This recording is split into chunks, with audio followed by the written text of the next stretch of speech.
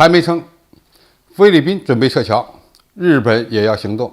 台湾地区陷入恐慌，只差一层窗户纸。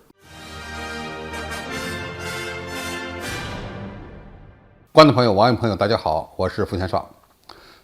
在佩洛西窜访台湾地区，引发台海军事危机之后，台湾岛上的普通民众表现出了对战争危机钝化的特点，也就是习惯性无视。随着台媒声称菲律宾向台湾岛打出第一枪，准备撤离14万在台的非籍劳工和侨民，日本有议员也表示要考虑从台湾地区撤侨，从而在岛内引发了不小的恐慌。因为一旦有撤侨事件发生，那么在很大程度上就意味着战争即将来临，这让民进党粉饰太平的图谋破产。此前，菲律宾媒体报道指出，菲律宾台湾社群总干事透过视频的方式，与马尼拉经济文化办事处代表贝劳会谈，就台海冲突可能升级一事进行商议。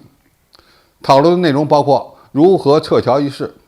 消息曝光后，引发了一片哗然。贝劳随后声称，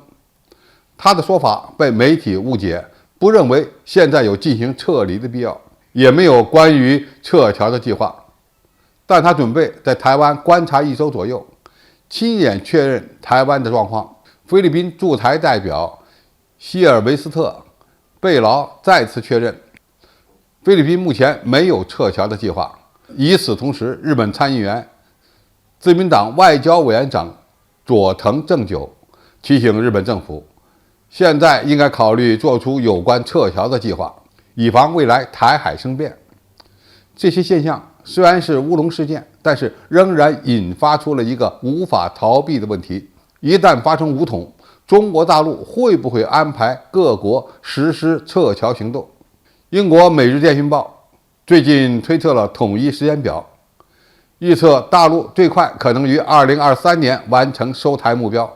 而且一旦决定对台发动闪击战，整个行动将在48小时内结束，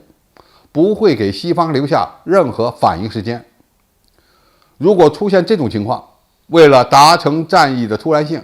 显然是不可能给各国留出撤侨时间的。但是还有一种可能是，整个作战行动期间都会让台湾岛保留一条对外疏散的通道，让需要撤侨的国家实施平民撤离计划。而这么做可能是非常必要的。假设中国人民解放军决定采取行动，就有可能提前通告相关友好国家，可以安排撤离侨民，这是一种更负责任的表现。或者呢，当解放军以军事演习为由调动兵力时，向各国通报采取军事行动的可能性，是否撤侨由各当事国自行决定。这种方式完全可以多搞几次，一方面可以达到对台军事施压的目标，另一方面也可以掩护真实军事行动的意图。随着卫星侦察技术的发展，如果中国大陆被逼通过武统的方式实现两岸的统一，那么想达成战争的突然性是非常困难的。所以我们利用一场大演习完成武统军事准备工作是必然的。而这样集结兵力的行动会多进行几次，这样就能达成麻痹对手的目的。对中国大陆来说，不战而屈人之兵是上策。通过军事演习引发台湾岛上的撤侨事件，可以对台湾地区当局形成巨大的压力，同时呢，也能教育那些被洗脑的台湾民众。菲律宾这次传出的撤侨事件，给中国大陆提了个醒。